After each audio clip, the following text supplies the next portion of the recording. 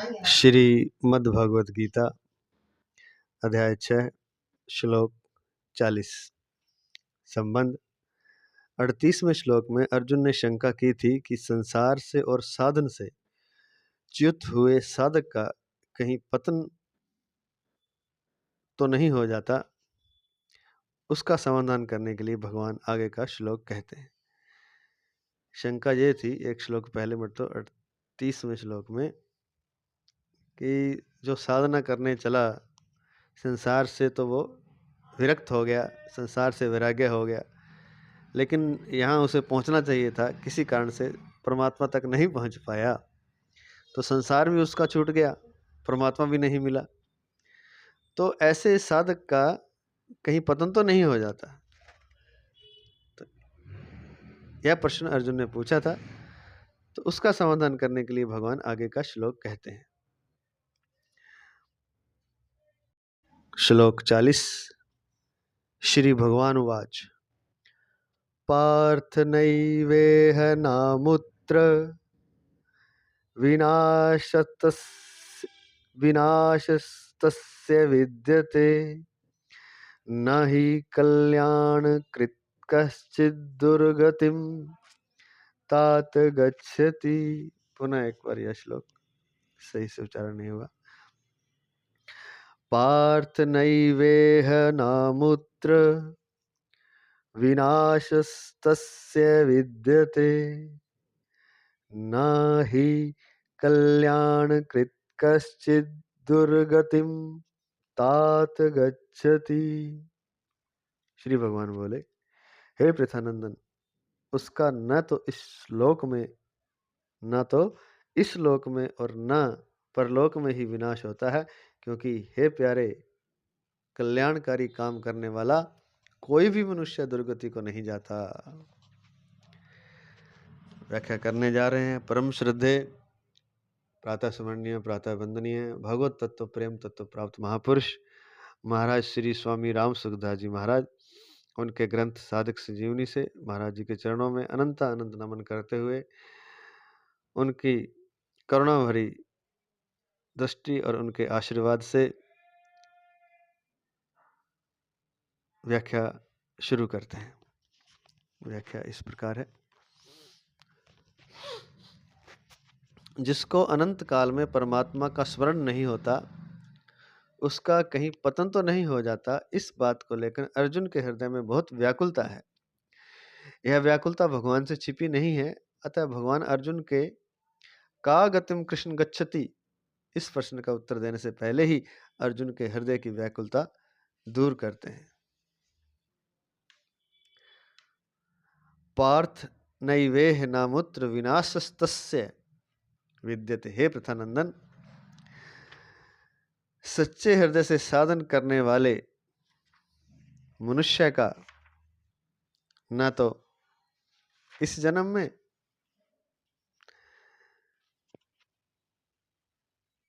पतन होता है और न मरने के बाद ही पतन होता है। गीता 6 अध्याय के 41वें से 45वें श्लोक तक तात्पर्य है कि उसकी योग में जितनी स्थिति बन चुकी है उससे नीचे वह नहीं गिरता, उसकी साधना सामग्री नष्ट नहीं होती, उसका परमार्थिक उद्देश्य नहीं बदलता। जैसे अनादिकाल से वह जन्मता मरता रहा है, ऐसे ही आगे भी जन्मता मरता रहे, उसका यह पतन नहीं होता। जैसे भरत मुनि भारतवर्ष का राज्य छोड़कर एकांत में तप करते थे। वहाँ दया परवश होकर वे हरिण के बच्चे में आसक्त हो गए, जिससे दूसरे जन्म में उनको हरिण बनना पड़ा। परंतु उन्होंने जितना त्याग तप किया था, उनकी जितनी साधना की पूंजी इकट्ठी हुई थी, वह उस हरिण के जन्म में भी नष्ट नहीं हुई। उनको हरिण के जन्म में भी पूर्व जन्म की बात याद थी, जो कि मनुष्य जन्म में भी नहीं रहती। वो याद ऐसी याद थी उनको, हरिण के रूप में भी उनको याद थी, जबकि मनुष्य जन्म में भी हमें पिछले जन्मों की याद नहीं रहती। अतः वे हरिण जन्म में बचपन से ही अपनी माँ के साथ नहीं रहे। वे हरे पत्ते ना खाकर सूखे पत्ते खाते थे। तात्पर्य यह है कि अपनी स्थिति से न गिरने के कारण हरिण के जन्म में भी उनका पतन नहीं हुआ। श्रीमद् भागवत पुराण में 5वां स्कंद 7वां 8वां अध्याय। इसी तरह से पहले मनुष्य जन्म में जिनका स्वभाव सेवा करने का, जप ध्यान करने का रहा है और विचार अपना उद्धार करने का रहा है, वे किसी कारणवश अंत समय में योग भ्रष्ट हो जाएं तथा इस लोक में पशु पक्षी भी बन जाएं तो भी उनका वह अच्छा स्वभाव और सत्संस्कार नष्ट नहीं होते। ऐसे बहुत से उदाहरण आते हैं कि कोई दूसरे जन्म में हाथी, ऊंट आदि बन गए, पर उन योनियों में भी वे भगवान की कथा सुनते थे। एक जगह कथा होती थी तो एक काला कुत्ता आकर वहां बैठता और कथा सुनता। जब कीर्तन करते हुए कीर्तन मंडली घूमती तो उस मंडली के साथ वह कुत्ता भी घूमता था। यह हमारी देखी हुई बात है, महाराज जी कह रहे हैं। तो पतन नहीं होता। जितनी आपकी साधना हो गई तो साधु को चिंता करने की आवश्यकता बिल्कुल नहीं है, किंचन मात्र भी नहीं है। जितनी उसकी साधना हो गई, जितनी सेवा हो गई, उतनी अगले जन्म में मिल जाएगी। अगर मनुष्य जन्म ना मिले तो भी, पशु पक्षी का जन्म भी मिल जाए तो भी उतनी साधना उसको मिल जाएगी और उससे पीछे नहीं जाएगा, उससे आगे ही जाएगा। योग भ्रष्ट भी हो जाए तो भी चिंता की बात नहीं है। तो जो उसने कमाई की है, जो सामग्री, साधन सामग्री उसके पास जमा हुई है, उतनी उसके साथ ही रहेगी, चाहे कुछ भी हो जाए। तो महाराज जी कहते हैं कि हमने देखा कि एक कुत्ता भी पिछले जन्मों के साधना के कारण सत्संग सुनता था और यहाँ कीर्तन मंडली घूमती थी तो उस मंडली के साथ कुत्ता भी घूमता था। यह हमारी देखी हुई बात है। न ही कल्याण कृत कश्चित दुर्गतिम तात गच्छति। भगवान ने इस श्लोक के पूर्वार्ध में अर्जुन के लिए पार्थ संबोधन दिया, जो आत्मीय संबंध का द्योतक है। अर्जुन के सब नामों में भगवान को यह पार्थ नाम बहुत प्यारा था। अब उत्तरार्ध में उससे भी अधिक प्यार भरे शब्दों में भगवान कहते हैं कि हे तात, कल्याणकारी कार्य करने वालों की दुर्गति नहीं होती। यह तात संबोधन गीता भर में एक ही बार आया है, जो अत्यधिक प्यार का द्योतक है। अच्छा, ऐसी बात है क्या? यह तात संबोधन गीता भर में एक ही बार आया है, जो अत्यधिक प्यार का द्योतक है। न ही कल्याण कृत कश्चित दुर्गतिम तात गच्छति। हे प्यारे, हे तात, कल्याणकारी काम करने वाला कोई भी मनुष्य दुर्गति को नहीं जाता। तो चिंता की बात समाप्त हो गई। अर्जुन का जो संदेह था वो दूर हो गया और हम सबके मन में जो संदेह है, जो साधक हैं कि किसी कारण से अंत समय में परमात्मा की याद ना आ पाए तो क्या हमारा किया हुआ साधन नष्ट भ्रष्ट हो जाएगा? ऐसा नहीं है। भरत जी की तरह, जड़ भरत जी की तरह अंत समय में परमात्मा का स्मरण नहीं रहा, हरिण का स्मरण हुआ, तो भी जो उनकी साधना थी, हरिण के रूप में जन्म तो लेना पड़ा, पर उनकी साधना उनके साथ रही और फिर जल्दी ही उन्होंने हरिण का शरीर त्याग कर पुनः मनुष्य का शरीर धारण किया और वे जन्म से ही सिद्ध थे तीसरे जन्म में। तो भागवत पुराण में बताया है कि ये कथा जो है 5वें स्कंद के 7वें 8वें अध्याय में है। कोई विस्तार से सुनना चाहे। इस श्लोक में भगवान ने मात्र साधक के लिए बहुत आश्वासन की बात कही है, जो कि कल्याणकारी काम करने वाला है, अर्थात किसी भी साधन से सच्चे हृदय से परमात्म तत्व की प्राप्ति करना चाहता है, ऐसे किसी भी साधक की दुर्गति नहीं होती। उसकी दुर्गति नहीं होती, यह कहने का तात्पर्य है कि जो मनुष्य कल्याणकारी कार्य में लगा हुआ है, अर्थात जिसके लिए मनुष्य शरीर मिला है, उस अपने असली काम में लगा हुआ है तथा सांसारिक भोग और संग्रह में आसक्त नहीं है, वह चाहे किसी मार्ग से चले, उसकी दुर्गति नहीं होती।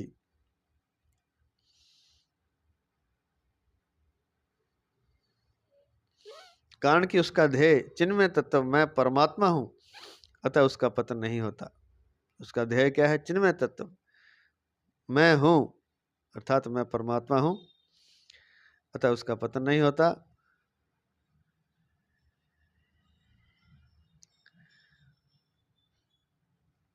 कारण कि उसका जो देह है, जो चिन्मय तत्व है, वो कौन है? वो भगवान है, अर्थात मैं, अर्थात परमात्मा हूं, अतः उसका पतन नहीं होता।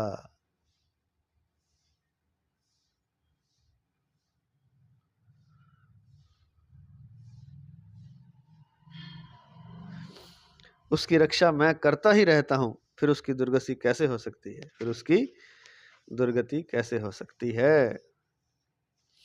मेरी दृष्टि स्वतः प्राणी मात्र के हित में लगी रहती है।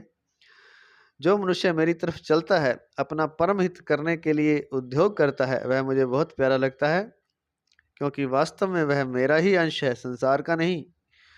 उसका वास्तविक संबंध मेरे साथ ही है, संसार के साथ उसका वास्तविक संबंध नहीं है। उसने मेरे साथ इस वास्तविक संबंध को, असली लक्ष्य को पहचान लिया, तो फिर उसकी दुर्गति कैसे हो सकती है? उसका किया हुआ साधन भी नष्ट कैसे हो सकता है? हाँ, कभी कभी देखने में वह मोहित हुआ सा दिखता है, उसका साधन छूटा हुआ सा दिखता है, परंतु ऐसी परिस्थिति उसके अभिमान के कारण ही उसके सामने आती है। मैं भी उसको चिताने के लिए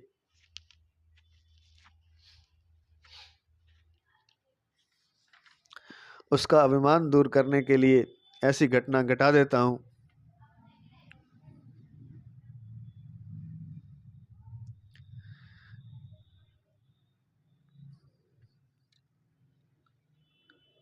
जिससे वह व्याकुल हो जाता है।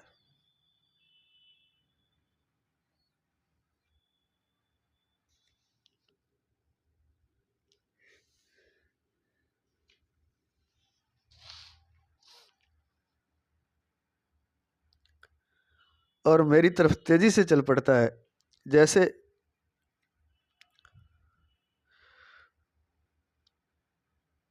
गोपियों का अभिमान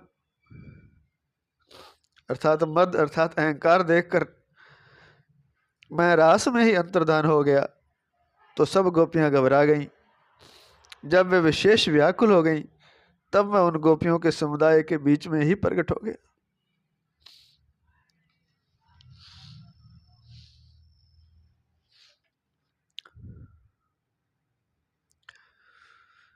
और उनके पूछने पर मैंने कहा, मया परोक्षम भजता तिरोहितम।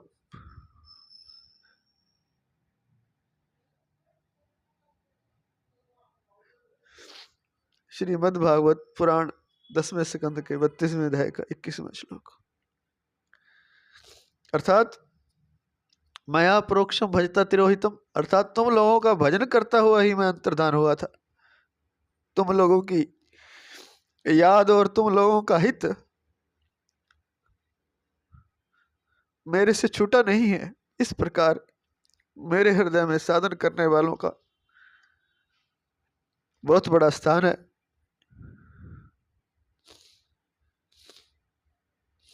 इसका कारण यह है कि अनंत जन्मों से भूला हुआ यह प्राणी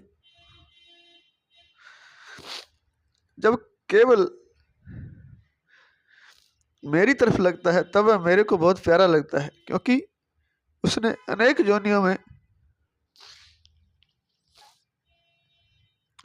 बहुत दुख पाया है।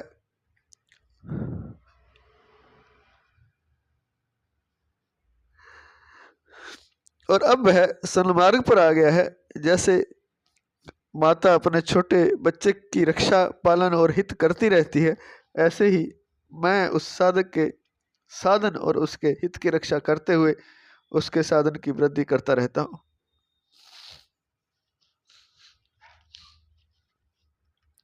तात्पर्य यह हुआ कि जिसके भीतर एक बार साधन के संस्कार पड़ गए हैं, वे संस्कार फिर कभी नष्ट नहीं होते, कारण कि उस परमात्मा के लिए जो काम किया जाता है वह सत्य हो जाता है।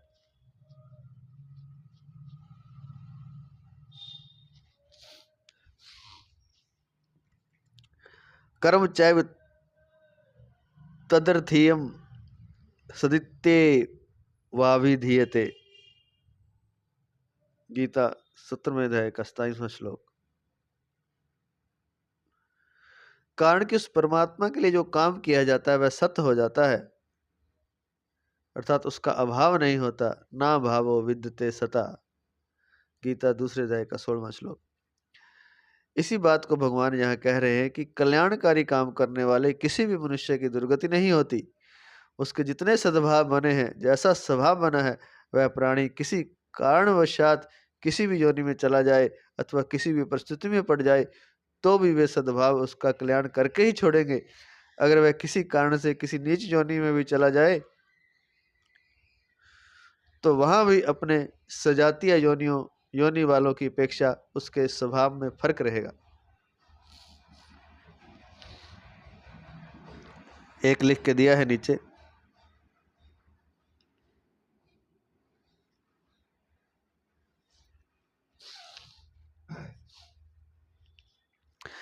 नंबर 1, जिसका स्वभाव अच्छा बन गया है, जिसके भीतर सद्भाव है, वह किसी नीच योनि में सांप बिच्छू आदि नहीं बन सकता, कारण कि उसका स्वभाव सांप बिच्छू आदि योनियों के अनुरूप नहीं है और वह उन योनियों के अनुरूप काम भी नहीं कर सकता।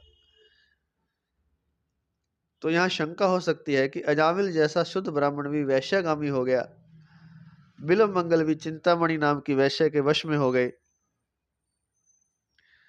तो इसका इस जीवित अवस्था में ही पतन कैसे हो गया? तो इनका इस जीवित अवस्था में ही पतन कैसे हो गया?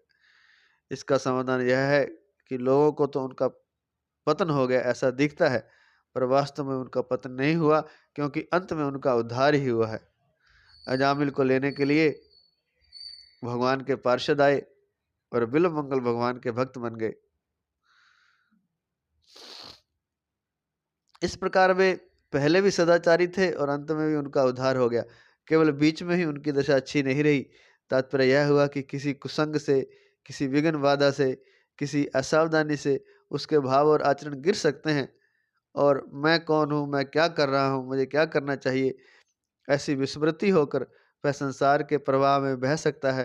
परंतु पहले की साधना अवस्था में वह जितना साधन कर चुका है, उसका संसार के साथ जितना संबंध टूट चुका है, उतनी पूंजी तो उसकी वैसी की वैसी ही रहती है, अर्थात वह कभी किसी अवस्था में छूटती नहीं, प्रत्युत उसके भीतर सुरक्षित रहती है। उसको जब कभी अच्छा संग मिलता है अथवा कोई बड़ी आफत आती है, तो वह भीतर का भाव प्रकट हो जाता है और वह भगवान की ओर तेजी से लग जाता है। 2 लिख के दिया है नीचे, विधि बस सुजन कुसंगत पर ही, फनि मनि सम निज गुण अनुसर ही। मानस 1:3-5 में आया है।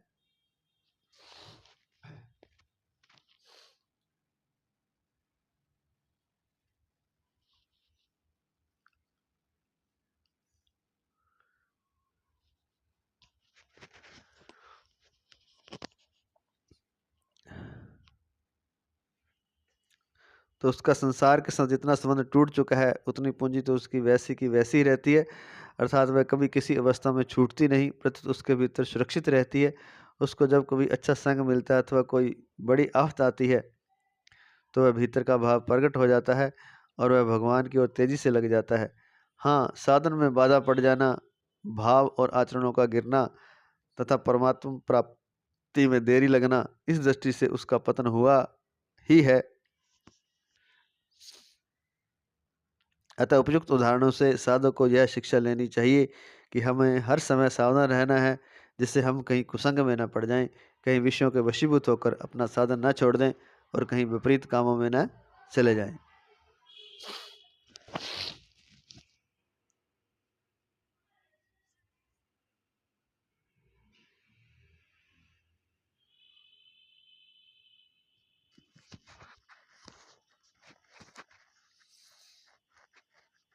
तो जो रामचरितमानस का ये आया है, इसमें विधिवत सजन कुसंगत पर ही, फनि मनि सम निज गुण अनुसर ही। तो कहते हैं कि भाग्य के कारण विधिवश होकर के सज्जन जो है कुसंगत में पड़ जाते हैं, लेकिन फनी मनी सम निज गुण अनुसरी, जैसे फणी अर्थात फनी अर्थात सांप के साथ मणि रहती है, लेकिन मणि जहर नहीं उगलती बल्कि प्रकाश ही देती है, तो अपना गुण जो है वो छोड़ती नहीं। मणि जहरीली नहीं होती बल्कि प्रकाश देती है। तो इसी तरह से कोई सज्जन, अगर कोई साधक कुसंग में पड़ भी जाता है, अजामिल की तरह या बिल मंगल की तरह या अन्य किसी कारण से, तो वो अपना गुण नहीं छोड़ता और किसी सज्जन का संग मिलने से उसे अपनी याद आ जाती है, या फिर किसी आफत में, ये बहुत बड़ी बात लिखी, जब कोई समस्या आती है ना, तब हमें अपने भीतर की जो शक्तियाँ स्फुटित हो जाती हैं। जब तक समस्या नहीं आती तब तक हमें अपने भीतर की शक्तियों की याद ही नहीं आती। तो या तो कोई सज्जन का संग मिल जाए, या फिर कोई आफत आ जाए, तब भीतर का भाव प्रकट हो जाता है। तो अगला श्लोक, श्लोक नंबर 41, संबंध।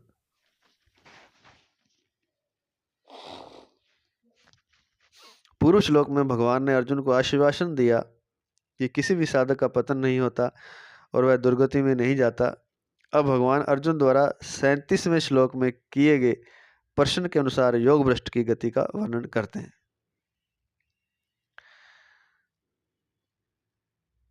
तो पतन नहीं होता उसका, लेकिन योग भ्रष्ट की गति क्या होती है उसका वर्णन इस श्लोक में करते हैं, जो कि 37वें श्लोक में अर्जुन ने प्रश्न पूछा था। प्राप्य पुण्यकृतां लोकानुषित्वा शाश्वती समः शुचीनां श्रीमतां गेहे योग भ्रष्टो विजायते। वह योग भ्रष्ट पुण्य कर्म करने वालों के लोकों को प्राप्त होकर और वहां बहुत वर्षों तक रहकर फिर यहाँ शुद्ध ममता रहित श्रीमानों के घर में जन्म लेता है। व्याख्या इस प्रकार है। प्राप्य पुण्यकृताम लोकान, जो लोग शास्त्रीय विधि विधान से यज्ञ आदि कर्मों को सांगोपांग करते हैं, उन लोगों का स्वर्ग आदि लोकों पर अधिकार है, इसलिए उन लोगों को यहाँ पुण्य कर्म करने वालों के लोक कहा गया है। तात्पर्य है कि उन लोकों में पुण्य कर्म करने वाले ही जाते हैं, पाप कर्म करने वाले नहीं। परंतु जिन साधकों को पुण्य कर्मों के फलस्वरूप सुख भोगने की इच्छा नहीं है, उनको वे स्वर्गादि लोक विघ्न रूप में और मुफ्त में मिलते हैं। बहुत अच्छी बात लिखी है।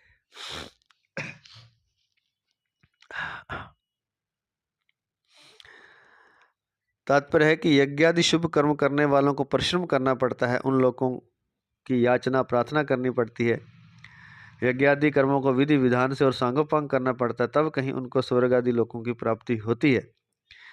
वहां भी उनकी भोगों की वासना बनी रहती, क्योंकि उनका उद्देश्य ही भोग भोगने का था।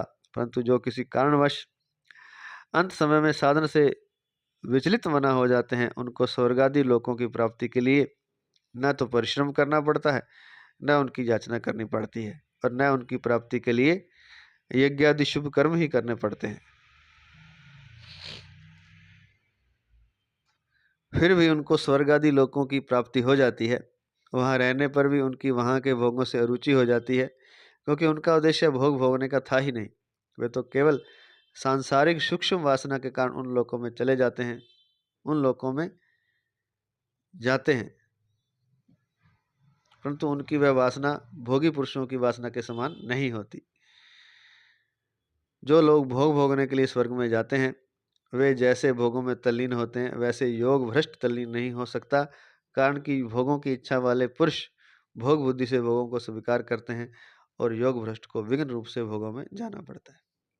बहुत ही शानदार बात लिखी हुई है और कई प्रश्नों का हल भी इसके अंदर आ गया है। तो एक तो जो यज्ञ विधि आदि से सांगोपांग कर्म करते हैं, शास्त्रीय विधि से यज्ञ विधान, उन लोगों का स्वर्ग आदि पर अधिकार है, क्योंकि इसलिए उन लोगों को यहाँ पुण्य कर्म करने वाले लोग कहा गया है। तो पुण्य कर्म करने वाले स्वर्ग लोग जाते हैं। परंतु जो साधक है और अंत समय में वो परमात्मा की याद नहीं रही या किसी कारण से योग भ्रष्ट हो गया, तो वो भी स्वर्ग चला जाता है।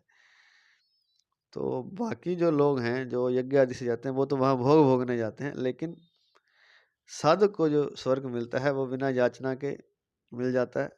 और उसका कारण भी है कि वो जो भोग स्वर्ग है वो साधक को विघ्न रूप में मिलता है, और साधक भी उसको विघ्न रूप में देखता है, क्योंकि उसकी साधना विघ्न हो गया ना, वहाँ स्वर्ग में उसको कुछ दिन रहना पड़ेगा। तो जो उसका लक्ष्य था उससे वह च्युत हो गया साधक। तो एक तो ये बात है कि उनको सहज ही मिल जाता है, और उन लोगों को भोग कर वे पुनः फिर धरती पर आकर के अपना साधन करते हैं। तो एक तो उनको विघ्न रूप में मिलता है। दूसरी बात, जो संसारिक लोग वहाँ यज्ञ आदि द्वारा या पुण्य कर्मों द्वारा या दान आदि के द्वारा स्वर्ग में जाते हैं और उनकी इच्छा भोग भोगने की रहती है, तो वो तो वहाँ जाके भोगों में लग जाते हैं, तल्लीन हो जाते हैं भोगों में। लेकिन जो योग भ्रष्ट हो गया किसी कारण से, उसकी इच्छा भोग की होती नहीं, तो वो भोग बुद्धि से भोगों को स्वीकार नहीं करते। योग भ्रष्ट को विघ्न रूप से ही भोगों में जाना पड़ता है। और एक इसका कारण और भी होता है कि कोई सूक्ष्म वासना रह जाती है तो वे उन लोकों में चले जाते हैं, लेकिन उनकी यह वासना भोगी पुरुषों की वासना के समान नहीं होती। तो ये 2-3 बातें हैं। तो योग भ्रष्ट अगर स्वर्ग आदि लोकों में चला जाता है तो उसको एक तो याचना आदि से नहीं, उसको सहज ही प्राप्त होता है। दूसरा, उसकी वासना जो है भोगों की सूक्ष्म हो सकती है, लेकिन वो भोगी पुरुषों के समान नहीं होती। तीसरा, वो विघ्न रूप में स्वर्ग मिलता है, अर्थात उनको कोई वो उनकी साधक की साधना का अच्छा फल तो यही है कि उसको परमात्मा की प्राप्ति हो। तो स्वर्ग आदि लोकों के भोग उसके लिए विघ्न रूप से ही होते हैं, और ये परमात्मा की तरफ से ही विघ्न होता है, और वो साधक जो है वो भी इसको विघ्न रूप से ही जानता है, और वो भोगों में उस तरह से तल्लीन नहीं होता वहाँ रहकर भी, जिस तरह से भोगी मनुष्य होते हैं। वे भी भोग बुद्धि से उसको स्वीकार नहीं करता, भोगी पुरुषों की तरह साधक जो है, जो योग भ्रष्ट हुआ है। अगला पद है उषित्वा शाश्वती ही समाह। स्वर्ग आदि से ऊंचे लोकों में यज्ञ आदि शुभ कर्म करने वाले भी भोग भोगने के उद्देश्य से जाते हैं, और योग भ्रष्ट भी जाते हैं। भोग भोगने के उद्देश्य से स्वर्ग में जाने वालों के पुण्य क्षीण होते हैं, और पुण्यों के क्षीण होने पर उन्हें लौटकर मृत्यु लोक में आना पड़ता है, इसलिए वे वहाँ सीमित वर्षों तक ही रह सकते हैं। परंतु जिसका उद्देश्य भोग भोगने का नहीं है, प्रत्युत परमात्मा प्राप्ति का है, वह योग भ्रष्ट किसी सूक्ष्म वासना के कारण स्वर्ग में चला जाए तो वहाँ उसकी साधना संपत्ति क्षीण नहीं होती, इसलिए वह वहाँ असीम वर्षों तक रहता है, और उसके लिए वहाँ रहने की कोई सीमा नहीं होती। ये भी महाराज जी अनुभवी हैं, तो एक नई बात बता रहे हैं कि स्वर्ग आदि या उनसे ऊंचे लोकों में भोगी मनुष्य तो अपने पुण्यों के फलस्वरूप भोग भोगने जाते हैं, और जब उनका पुण्य क्षीण हो जाता है तो वे पुनः मृत्यु लोक में आ जाते हैं। लेकिन जो योग भ्रष्ट जाता है, उसका वहाँ पुण्य जो उसकी साधना है वो क्षीण नहीं होती, और भोगी मनुष्यों के लिए तो वहाँ सीमित वर्षों तक रह सकते हैं, लेकिन वो जो योग भ्रष्ट है वह असीम वर्षों तक वहाँ रह सकता है, उसके लिए वहाँ रहने की कोई सीमा नहीं है। और योग भ्रष्ट किसी सूक्ष्म वासना के कारण स्वर्ग में चला जाए तो वहाँ उसकी साधन संपत्ति क्षीण नहीं होती। जो भोग भोगने के उद्देश्य से ऊंचे लोकों में जाते हैं, उनका उन लोकों में जाना कर्मजन्य है, परंतु योग भ्रष्ट का ऊंचे लोकों में जाना कर्मजन्य नहीं है, परंतु वह तो योग का प्रभाव है, उनकी साधन संपत्ति का प्रभाव है, उनके सत उद्देश्य का प्रभाव है। स्वर्ग आदि का सुख भोगने के उद्देश्य से जो उन लोकों में जाते हैं, उनको ना तो वहाँ रहने में स्वतंत्रता है और ना वहाँ से आने में ही स्वतंत्रता है। उन्होंने भोग भोगने के उद्देश्य से ही यज्ञादि कर्म किए हैं, इसलिए उन शुभ कर्मों का फल जब तक समाप्त नहीं होता तब तक वे वहाँ से नीचे नहीं आ सकते, और शुभ कर्मों का फल समाप्त होने पर वे वहाँ रह भी नहीं सकते। दोनों तरफ से वे वहाँ स्वतंत्र नहीं है। जब तक पुण्य पड़े तब तक वहाँ से छोड़ नहीं सकते, और पुण्य समाप्त हो गए तो वहाँ रह नहीं सकते। परंतु जो परमात्मा की प्राप्ति के लिए ही साधन करने वाले हैं और केवल अंत समय में योग से विचलित होने के कारण स्वर्ग आदि में गए हैं, उनका वासना के तारतम्य के कारण वहाँ ज़्यादा कम रहना हो सकता है, पर वे वहाँ के भोगों में फंस नहीं सकते, कारण कि जब योग का जिज्ञासु भी शब्द ब्रह्म का अतिक्रमण कर जाता है, 6ठे अध्याय का 44वां श्लोक, तब वह योग भ्रष्ट वहाँ फंस ही कैसे सकता है। कहते हैं कि जब योग का जिज्ञासु भी, जिसने जिज्ञासा भी कर ली परमात्मा की, योग से मतलब परमात्मा से मिलन, कारण कि जब योग का जिज्ञासु भी, योग ये नहीं जो आसन प्राणायाम, ये योग नहीं है, शरीर को कुछ मोड़ लेना इधर उधर इस तरह से, ये योग नहीं है। कारण कि जब योग का जिज्ञासु भी शब्द ब्रह्म का अतिक्रमण कर जाता है, जिज्ञासु मात्र भी शब्द ब्रह्म का अतिक्रमण कर जाता है, छठे अध्याय का 44वां श्लोक अभी आएगा, तब वह योग भ्रष्ट वहां फंसी कैसे सकता है? जिज्ञासु भी नहीं फंस सकता तो फिर योग भ्रष्ट तो कैसे फंसेगा? अगला पद है शुचिनाम श्रीमताम गेहे योग भ्रष्टो विजायते। स्वर्ग आदि लोगों के भोग भोगने पर जब भोगों में अरुचि हो जाती है, स्वर्ग आदि लोकों के भोग भोगने पर जब भोगों में अरुचि हो जाती है, तब वह योग भ्रष्ट लौटकर मृत्यु लोक में आता है और शुद्ध श्रीमानों के घर में जन्म लेता है।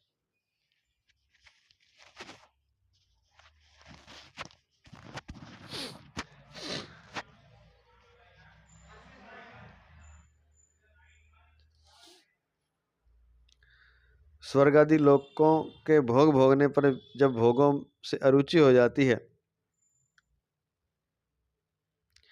तब वह योग भ्रष्ट लौटकर मृत्यु लोक में आता है और शुद्ध श्रीमानों के घर में जन्म लेता है। शुद्ध श्रीमानों के घर में जन्म लेता है। उसके फिर लौटकर आने में क्या कारण है? वास्तव में इसका कारण तो भगवान ही जाने, परंतु गीता पर विचार करने से ऐसा दिखता है कि वह मनुष्य जन्म में साधन करता रहा, वह साधन को छोड़ना नहीं चाहता था, पर अंत समय में साधन छूट गया। अतः उस साधन का जो महत्व उसके अंतःकरण में अंकित है, वह स्वर्गादि लोकों में भी उस योग भ्रष्ट को अज्ञात रूप से पुनः साधन करने के लिए प्रेरित करता रहता है, उकसाता रहता है। इससे उस योग भ्रष्ट के मन में आती है कि मैं साधन करूं। ऐसी मन में क्यों आती है, इसका उसको पता नहीं लगता। जब श्रीमानों के घर में भोगों के परवश होने पर भी पूर्व जन्म का अभ्यास उसको जबरदस्ती खींच लेता है। छठे अध्याय का 44वां श्लोक, तब वह साधन उसको स्वर्ग आदि में साधन के बिना चैन से कैसे रहने देगा?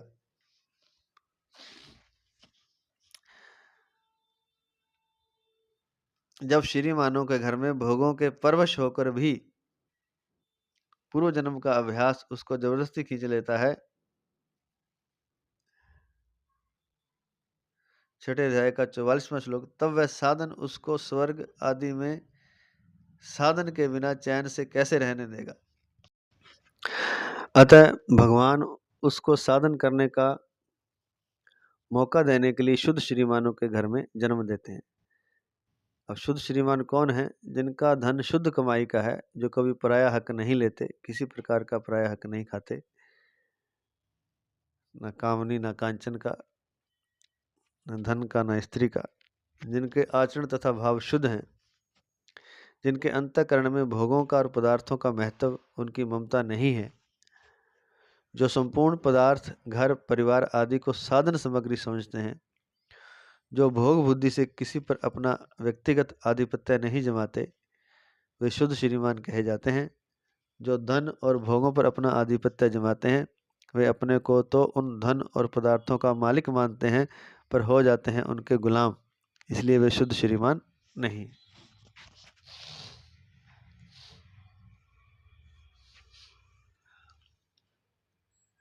संबंध, अगला श्लोक, श्लोक नंबर 42, संबंध। पूर्व श्लोक में तो भगवान ने अर्जुन के प्रश्न के अनुसार योग भ्रष्ट की गति बताई। अब आगे के श्लोक में अथवा कहकर अपनी ही तरफ से दूसरे योग भ्रष्ट की बात कहते हैं। श्लोक नंबर 42, अथवा योगिनामेव कुले भवति धीमताम् एतद्धि दुर्लभतरं लोके जन्म यदीदृशम्।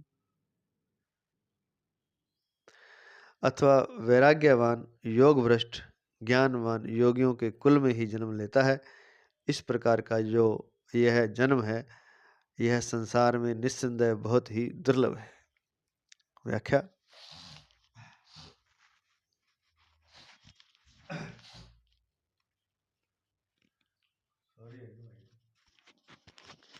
साधन करने वाले दो तरह के होते हैं,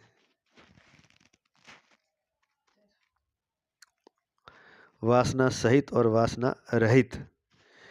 जिसको साधन अच्छा लगता है, जिसकी साधन में रुचि हो जाती है और जो परमात्मा की प्राप्ति का उद्देश्य बनाकर साधन में लग जाता है, साधन में लग भी जाता है, पर अभी उसकी भोगों में वासना सर्वथा नहीं मिटी है, वह अंत समय में साधन से विचलित होने पर योग भ्रष्ट हो जाता है। तो वह स्वर्गादि लोकों में बहुत वर्षों तक रहकर शुद्ध श्रीमानों के घर में जन्म लेता है। इस योग भ्रष्ट की बात पूर्व श्लोक में बता दी गई है, बता दी। तो कौन सा साधक जिसको साधन अच्छा लगता है, परमात्मा प्राप्ति, परमात्मा के बारे में, परमात्मा के लिए साधन करना, साधना में जिसकी रुचि होती है और परमात्मा प्राप्ति का उद्देश्य भी बनाता है, लेकिन भोगों में उसकी वासना अभी होती है, विषयों में अभी उसकी वासना पूरी तरह नहीं मिटी होती, थोड़ी होती है, मिटी होती है लेकिन पूरी नहीं मिटी होती। तो ऐसा जो साधक है कई बार अंत समय में साधन से विचलित हो जाता है, तो योग भ्रष्ट हो जाता है, जो कि फिर वह स्वर्ग आदि लोकों में बहुत वर्षों तक रहकर शुद्ध श्री ज्ञानों के घर में जन्म लेता है। इस योग भ्रष्ट की बात पूर्व श्लोक में बता दी कि किनके घर में कैसे जन्म लेता है। दूसरा साधक है जिसके भीतर वासना नहीं है, तीव्र वैराग्य है, जो परमात्मा का उद्देश्य रखकर तेजी से साधन में लगा है, पर अभी पूर्णता प्राप्त नहीं हुई है, वह किसी विशेष कारण से योग भ्रष्ट हो जाता है, तो उसको स्वर्ग आदि में नहीं जाना पड़ता, प्रत्युत वह सीधे ही योगियों के कुल में जन्म लेता है। इस योग भ्रष्ट की बात इस श्लोक में बता रहे हैं।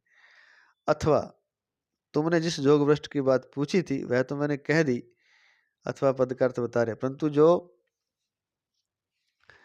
संसार से विरक्त होकर, संसार से सर्वथा विमुख होकर साधन में लगा हुआ है, वह भी किसी कारण से, किसी परिस्थिति से तत्काल मर जाए और उसकी वृत्ति अंत समय में साधन में न रहे, तो वह भी योग भ्रष्ट हो जाता है। ऐसे योग भ्रष्ट की गति को मैं यहाँ कह रहा हूं।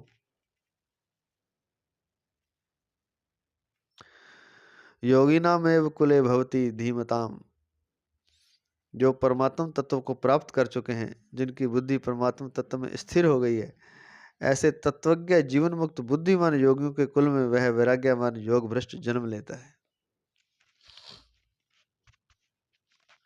कुले कहने का तात्पर्य है कि उसका जन्म साक्षात जीवन मुक्त योगी महापुरुष के कुल में ही होता है, क्योंकि श्रुति कहती है कि उस ब्रह्मज्ञानी के कुल में कोई भी ब्रह्म ज्ञान से रहित नहीं होता,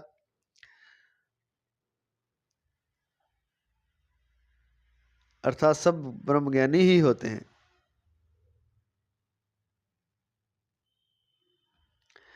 नास्या ब्रह्मवित् कुले भवति, मुंडक उपनिषद 3:2-9 में दिया है। एतद्धि दुर्लभतरम लोके जन्म यदि दृश्यम, स्टार लिख के दिया है, एतद्धि दुर्लभतरम नीचे, यहाँ दुर्लभतर शब्द में तरप प्रत्यय देने का तात्पर्य है कि श्रीमानों के घर में जन्म लेने वाले और योगियों के कुल में जन्म लेने वाले, इन दोनों योग भ्रष्टों में से योगियों के कुल में जन्म लेने वाला जन्म अत्यंत दुर्लभ है। एतद्धि दुर्लभतरम लोके जन्म यदि दृश्यम, उसका यह इस प्रकार का योगियों के कुल में जन्म होना इस लोक में बहुत ही दुर्लभ है। तात्पर्य है कि शुद्ध सात्विक राजाओं के, धनवानों के और प्रसिद्ध गुणवानों के घर में जन्म होना भी दुर्लभ माना जाता है, पुण्य का फल मान जाता है। फिर तत्वज्ञ जीवन मुक्त योगी महापुरुष के यहाँ जन्म होना तो दुर्लभतर बहुत ही दुर्लभ है, कारण कि उन योगियों के कुल में घर में स्वाभाविक ही परमार्थिक वायुमंडल रहता है, वहाँ सांसारिक भोगों की चर्चा ही नहीं होती। अतः वहाँ के वायुमंडल से, दृश्य से, तत्वज्ञ महापुरुषों के संग से, अच्छी शिक्षा आदि से उसके लिए साधन में लगना बहुत सुगम हो जाता है और वह बचपन से ही साधन में लग जाता है। इसलिए ऐसे योगियों के कुल में जन्म लेने को दुर्लभतर बताया गया है। और विशेष बात बता रहे हैं इस श्लोक की महाराज जी, यहाँ एतत्, एतत् और ईदृश्यम ये दो पद आए हैं। एतत् पद से तो तत्वज्ञ योगियों के कुल में जन्म लेने वाला योग भ्रष्ट समझना चाहिए, जिसका इस श्लोक में वर्णन हुआ है। और ईदृशम पद से उन तत्वज्ञ योगी महापुरुषों के संग का अवसर इसको प्राप्त हुआ है, इस प्रकार का साधक समझना चाहिए।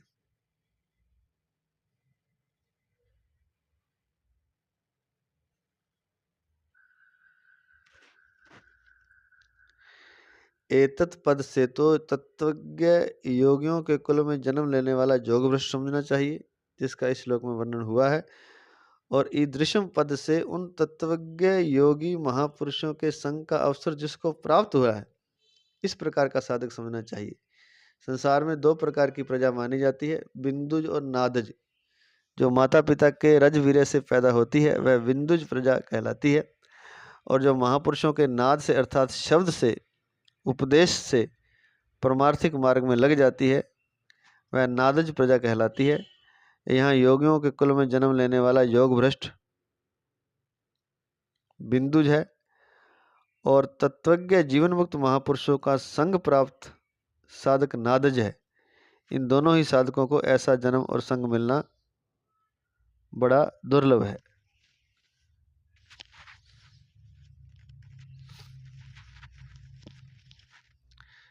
दोबारा से सुन लें। यहाँ योगियों के कुल में 2 तरह की प्रजा बताई है। तो माता पिता से जो रजवीर्य से पैदा होती है वह बिंदुज प्रजा कहलाती है। जो महापुरुषों के नाद से अर्थात शब्द से, उपदेश से परमार्थिक मार्ग में लग जाती है वह नादज प्रजा कहलाती है, क्योंकि महापुरुषों का, जीवन मुक्त महापुरुषों का वंश चलता है, आगे से आगे गद्दी मिलती है, तो वह नादज प्रजा कहलाती है। यहाँ योगियों के कुल में तो वंश वह रजवीर्य से नहीं चलता, परमार्थिक महापुरुषों का, जीवन मुक्त महापुरुषों का, तो वह नाद से चलता है, तो वह नादज प्रजा कहलाती है। यहाँ योगियों के कुल में जन्म लेने वाला योग भ्रष्ट बिंदुज है। तो योगियों के कुल में जन्म ले रहा है वह योग भ्रष्ट बिंदुज है, और जो तत्वज्ञ जीवन मुक्त महापुरुषों का संग प्राप्त साधक है वह नादज है। इन दोनों ही साधकों को ऐसा जन्म और संग मिलना बड़ा दुर्लभ है। तो ऐसा जन्म और संग मिलना बड़ा दुर्लभ है इन दोनों ही साधकों को। शास्त्रों में मनुष्य जन्म को दुर्लभ बताया है, पर मनुष्य जन्म में महापुरुषों का संग मिलना और भी दुर्लभ है। नारद जी अपने भक्ति सूत्र में कहते हैं, महत संगस्तु दुर्लभो गम्यो अमोघश्च, अर्थात महापुरुषों का संग दुर्लभ है, अगम्य है और अमोघ है। महत संगस्तु दुर्लभो गम्यो मोघश्च, कारण कि एक तो उनका संग मिलना कठिन है, और भगवान की कृपा से ऐसा संग मिल भी जाए तो उन महापुरुषों को पहचानना कठिन है, परंतु उनका संग किसी भी तरह से मिल जाए वह कभी निष्फल नहीं जाता। तात्पर्य है कि महापुरुषों का संग मिलने की दृष्टि से ही उपयुक्त दोनों साधकों को दुर्लभतर बताया गया है। महापुरुषों का संग मिलने की दृष्टि से ही उपयुक्त दोनों साधकों को दुर्लभतर बताया गया है। अगला श्लोक, श्लोक नंबर 43, 5-7 मिनट और है। संबंध। पूर्व श्लोक में भगवान ने वैराग्यवान योग भ्रष्ट का तत्वज्ञ योगियों के कुल में जन्म होना बताया। अब वहां जन्म होने के बाद क्या होता है यह बात आगे के श्लोक में बताते हैं।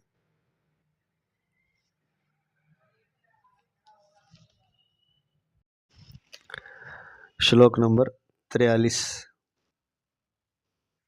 43। तत्र तं बुद्धि संयोगम लभते पौर्वदेहिकम यत ते चा ततो भूयः संसिद्धो कुरुनंदन।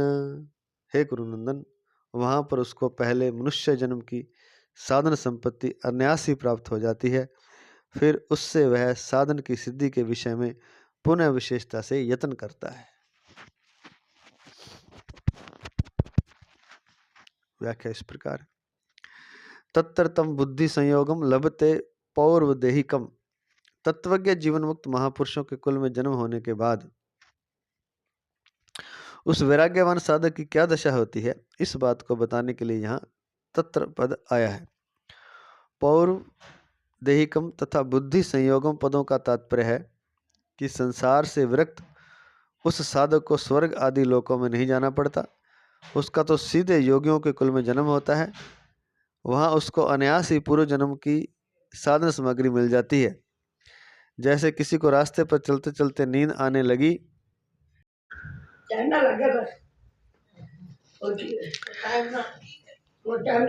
किसी को रास्ते पर चलते चलते नींद आने लगी और वह किनारे पर सो गया। अब जब वह सोकर उठेगा तो उतना रास्ता उसका तय किया हुआ ही रहेगा, अथवा किसी ने व्याकरण का प्रकरण पढ़ा और बीच में कई वर्ष पढ़ना छूट गया। जब वह फिर से पढ़ने लगता है तो उसको वह पहले पढ़ा हुआ प्रकरण बहुत जल्दी तैयार हो जाता है, याद हो जाता है। ऐसे ही पूर्व जन्म में उसका जितना साधन हो चुका है, जितने अच्छे संस्कार पढ़ चुके हैं, वे सभी इस जन्म में प्राप्त हो जाते हैं, जागृत हो जाते हैं। यतते च ततो भूयः संसिद्धौ, एक तो वहाँ उसको पूर्व जन्मकृत बुद्धि संयोग मिल जाता है और वहाँ का संग अच्छा होने से साधन की अच्छी बातें मिल जाती हैं, साधन की युक्तियाँ मिल जाती हैं। ज्यों ज्यों नई युक्तियाँ मिलती हैं त्यों त्यों उसका साधन में उत्साह बढ़ता है। इस तरह वह सिद्धि के लिए विशेष तत्परता से यत्न करता है। अगर इस प्रकरण का अर्थ ऐसा लिया जाए कि ये दोनों ही प्रकार के योग भ्रष्ट पहले स्वर्ग आदि लोकों में जाते हैं, उसमें से जिसमें भोगों की वासना रही है वह तो शुद्ध श्रीमानों के घर में जन्म लेता है, और जिसमें भोगों की वासना नहीं है वह योगियों के कुल में जन्म लेता है।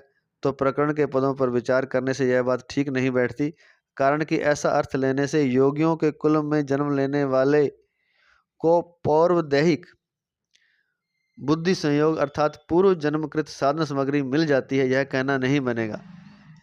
यहाँ पौर्वदैहिक कहना तभी बनेगा जब बीच में दूसरे शरीर का व्यवधान ना हो। अगर ऐसा माने कि स्वर्ग आदि लोकों में जाकर फिर वह योगियों के कुल में जन्म लेता है तो उसको पूर्वाभ्यास कह सकते हैं, जैसा कि श्री मानव के घर जन्म लेने वाले योग भ्रष्ट के लिए आगे के श्लोक में कहा है। पर पौर्वदैहिक नहीं कह सकते, कारण कि उसमें स्वर्ग आदि का व्यवधान पड़ जाएगा और स्वर्ग आदि लोकों के देह को पौर्वदैहिक बुद्धि संयोग नहीं कह सकते, क्योंकि उन लोकों में भोग सामग्री की भूलता होने से वहाँ साधन बनने का प्रश्न ही नहीं है। अतः वे दोनों योग भ्रष्ट स्वर्ग आदि में जाकर आते हैं, यह कहना प्रकरण के अनुसार ठीक नहीं बैठता।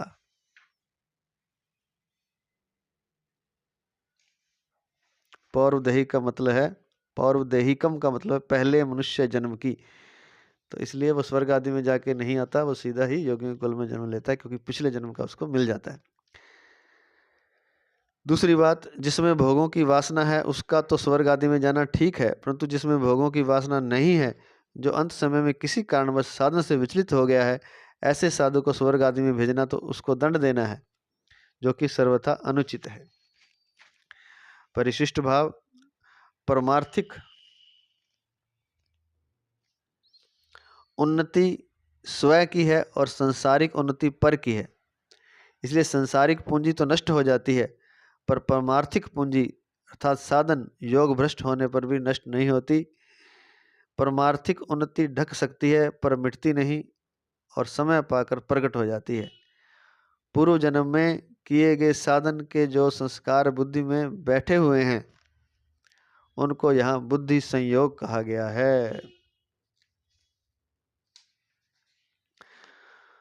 बुद्धि संयोग साधन संपत्ति अनायास ही प्राप्त हो जाती है, बुद्धि संयोग लभते। तो पूर्व जन्म में किए गए साधन के जो संस्कार बुद्धि में बैठे हुए उनको जहाँ बुद्धि संयोग कहा गया है। एक थोड़ा सा रह गया, ये 1 नंबर लिख के दिया था।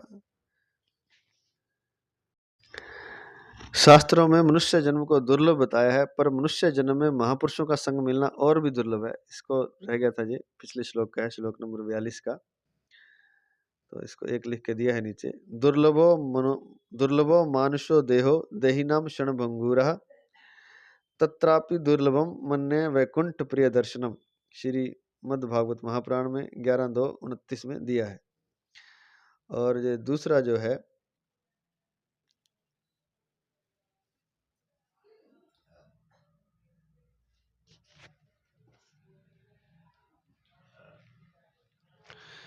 कारण कि एक तो उनका संग मिलना कठिन है, और भगवान की कृपा से ऐसा संग मिल भी जाए तो उन महापुरुषों को पहचानना कठिन है। तो ऐसा संग मिल भी जाए, इसको 2 लिख के दिया है नीचे।